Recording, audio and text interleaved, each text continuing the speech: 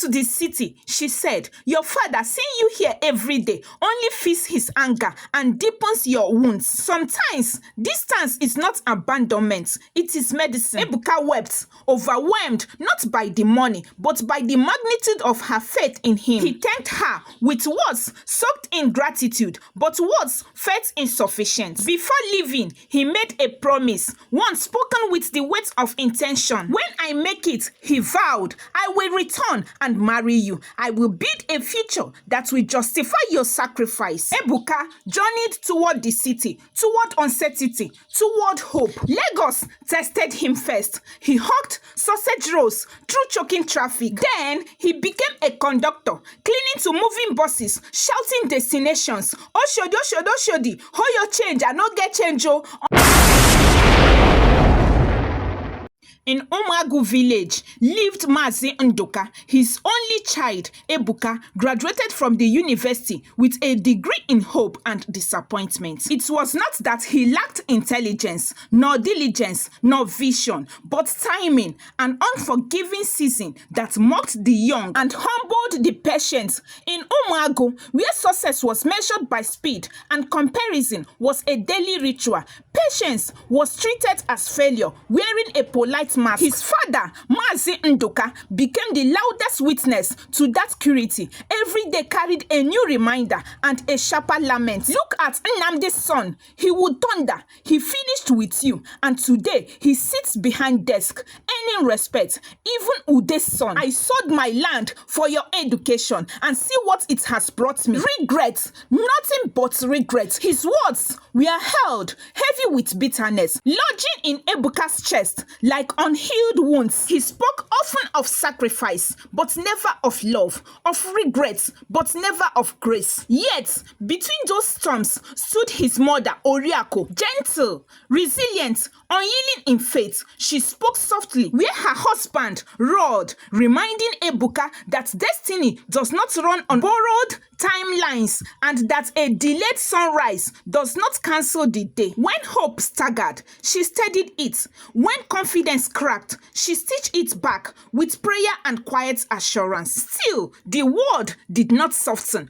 Interviews promised tomorrow and delivered nothing. Each failure returned him home heavier, where his father's comparisons waited like an open court of judgment. But if the word bruised Ebuka, Mma healed him. Mma, the woman whose presence felt like rest, an orphan born into scarcity, yet crowned with dignity and carried grace as naturally as bread. When her father died, leaving behind a kola nut trade and unspoken dreams, she refused to collapse into pity. She took over the business, bargaining with strength sharpened by intelligence. She understood Ebuka in ways explanations never could. When words failed him, her silence spoke comfort. When laughter deserted him, she summoned it back with gentleness. She loved him not for what he had achieved, but for what he endured without surrendering his soul. One evening, when Mazi Nduka's pressure became unbearable, insults, bruised, and humiliation learned to walk, Mama made a decision born of wisdom and sacrifice. She gathered her savings, fruits of countless days, and placed them in Ebuka's hands. Go to the city, she said. Your father, seeing you here every day, only feeds his anger and deepens your wounds. Sometimes, distance is not abandonment, it is medicine. Ebuka wept, overwhelmed not by the money, but by the magnitude of her faith in him. He thanked her with words soaked in gratitude, but words felt insufficient. Before leaving, he made a promise, one spoken with the weight of intention. When I make it, he vowed, I will return and marry you. I will build a future that will justify your sacrifice. Ebuka journeyed toward the city, toward uncertainty, toward hope. Lagos tested him first. He hawked sausage rolls through choking traffic. Then he became a conductor, cleaning to moving buses, shouting destinations. Oshodi, Oshodi, Oshodi, hold your change, I no get change, oh, until his throat burned and his palms hardened. Later, faith lowered him into the driver's seat of a taxi, where he ferried strangers and their stories across the restless veins of the city. He carried carried himself with a quiet nobility, the kind that hardship refines rather than erases. Among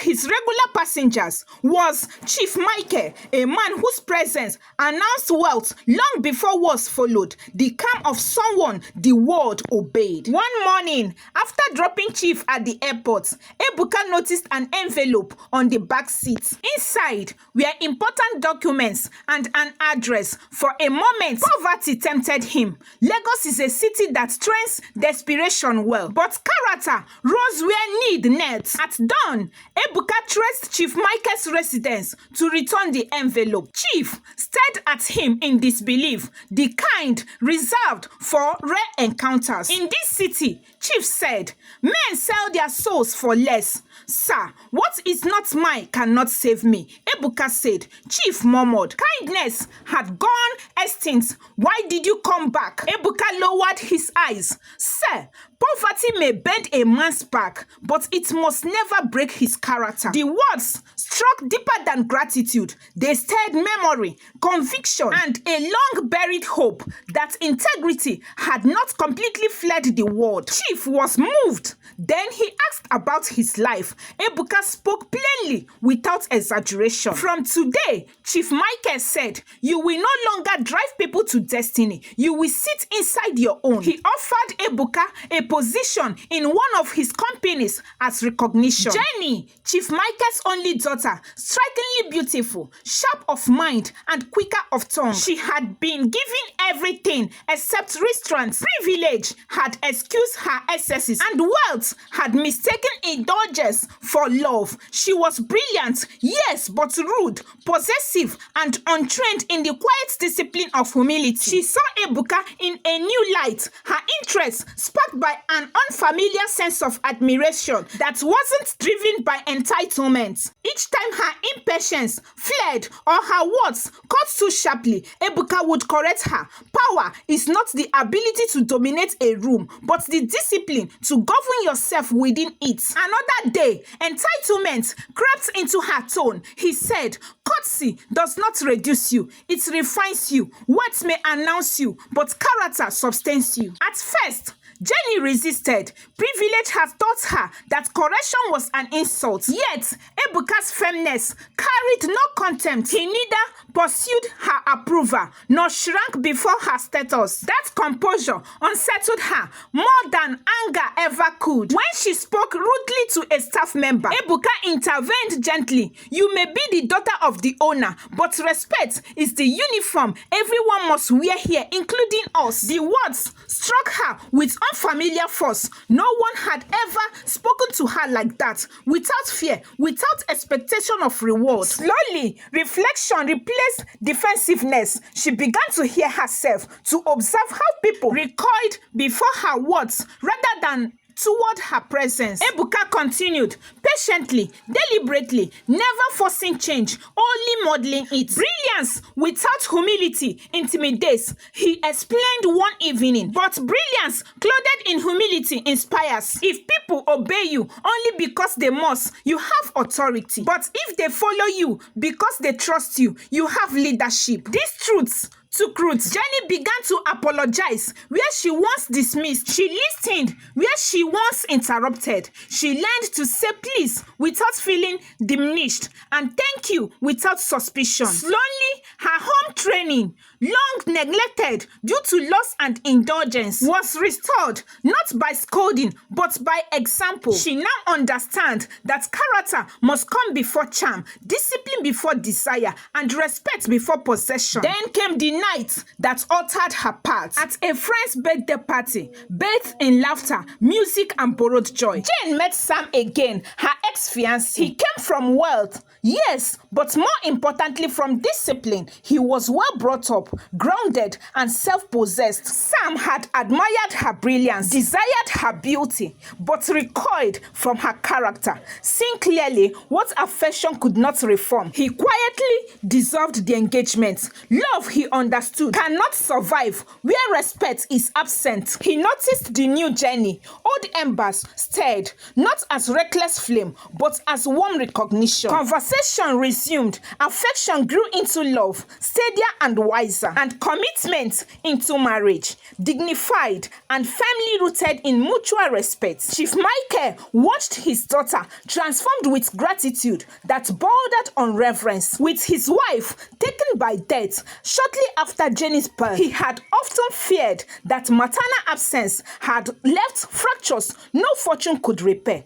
Now, healing stood before him, graceful and complete. In celebration and acknowledgement, Chief Michael rewarded Ebuka for restoring values his household had almost forgotten. He elevated him to manager in one of his companies, entrusting him with authority shaped by humility. Wow. Ebuka received an official car and his promotion with gratitude. It felt unreal, like a reward, deferred but never denied. Yet his joy was incomplete. Success, he knew, only finds meaning when it returns home. So he drove back to the village. Oriaku saw his son Ebuka and embraced him. She wept, not from surprise, but from vindication. In her son's arms, she found the quiet victory of a woman who never doubted heaven's timing. Ebuka sought his father. They sat face to face. He spoke not in accusation, but in wisdom and through suffering. Comparison, he said,